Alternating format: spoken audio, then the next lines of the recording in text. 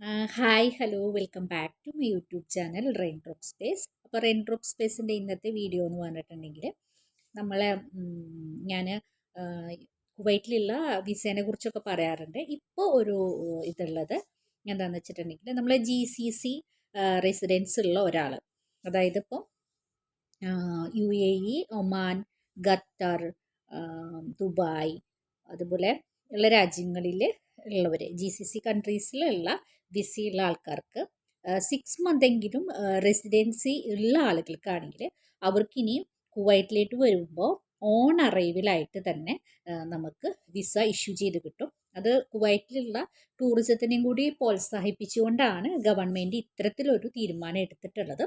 അപ്പോൾ ഈ ഒരു നിയമം വന്നത് ഇന്നലെ മുതലാണ്. 11 ഓഗസ്റ്റ് 2025 മുതലാണ് ഈ നിയമം വന്നിട്ടുള്ളത്. അപ്പോൾ ഇനിയിപ്പോൾ GCCയിലുള്ള ആളുകൾക്ക്, അതായത് അത് പ്രത്യേകം പറയുന്നത് എന്താ വെച്ചിട്ടുണ്ടെങ്കിൽ ചില നാഷണാലിറ്റീസിനാണ് ഉള്ളത്, ചില നാഷണാലിറ്റീസിന് അത് അലൗഡ് അല്ല കേട്ടോ. അപ്പോൾ എസ്പെഷ്യലി നമ്മൾ ഇന്ത്യൻ നാഷണാലിറ്റീസ് ആണെങ്കിൽ അവർക്ക് GCC റെസിഡൻസ് ഉണ്ട്. അതുപോലെ തന്നെ പാസ്പോർട്ട് വാലിഡ് ആയിരിക്കണം.